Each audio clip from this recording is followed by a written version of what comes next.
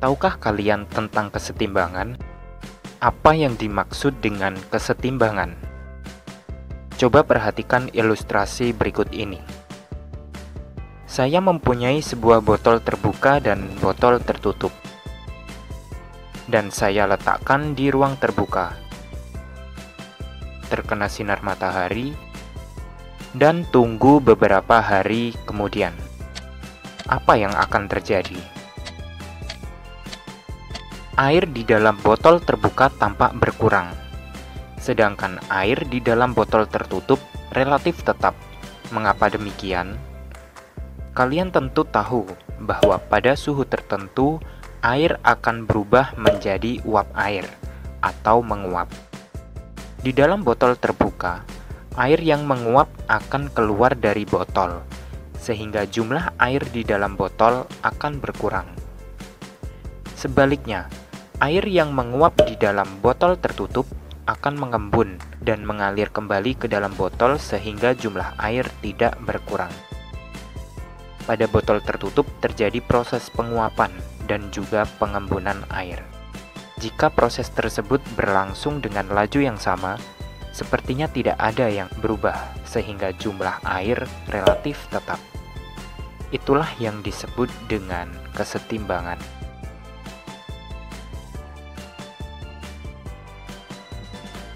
Adapun konsep kesetimbangan yang pertama ada reaksi satu arah dan reaksi dua arah. Kemudian ada kesetimbangan dinamis, kesetimbangan disosiasi, kesetimbangan heterogen dan homogen.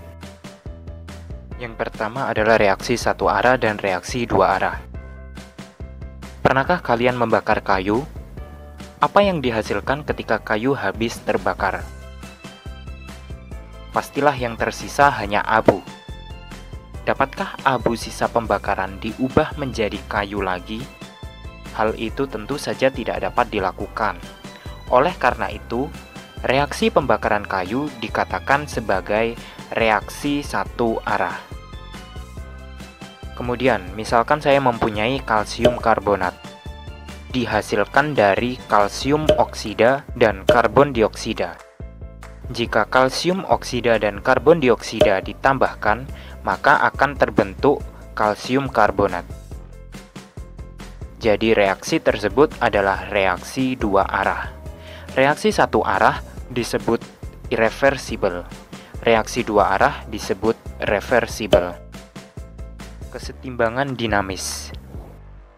Kesetimbangan dinamis hanya dapat terjadi pada reaksi bolak-balik dalam suatu sistem tertutup. Suatu reaksi pembentukan asam iodida dari gas hidrogen dan gas iodida dalam wadah yang tertutup yang berlangsung terus-menerus. Pada awalnya, laju pembentukan HI lebih besar dari laju peruraian HI, dan reaksi tersebut berjalan ke arah kanan. Kedua reaksi berlawanan itu berlangsung terus-menerus sampai laju pembentukan HI sama besar dengan laju peruraian HI. Reaksi bolak-balik tersebut dikatakan telah mencapai kesetimbangan dinamis.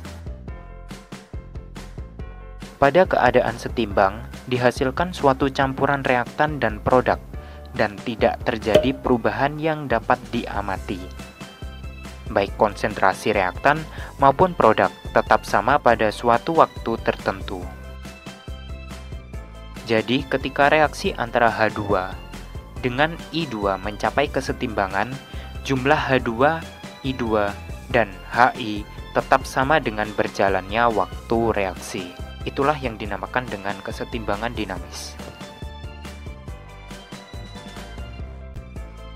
Kesetimbangan homogen adalah keadaan kesetimbangan di mana reaktan dan produknya berada dalam fase yang sama. Misalnya kesetimbangan pada reaksi pembentukan gas HE yang dibentuk dari gas H2 dan gas I2. Dalam persamaan reaksi tersebut, semua unsur berada di dalam fase yang sama, yaitu berupa gas.